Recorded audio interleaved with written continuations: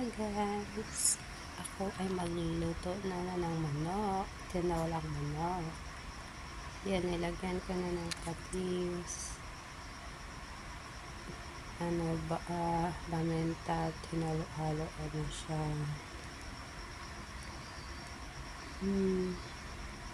Antayin mo na mag-brown na siya. Yan guys, tinanggalan ko ng mga bula-bula kasi nakaka-dairy, daming bula.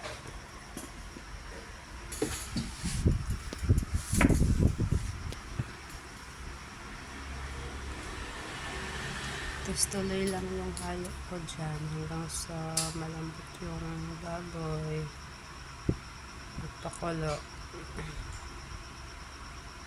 Then umambot na, nilagay ko na yung mga gulay guys, yung sayuti. Sinunod ko na din yung tao ng sili.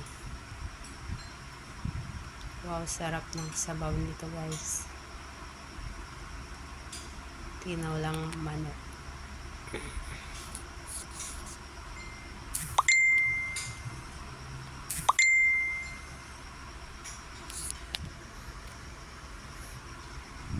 Yan guys, malapit na maluto.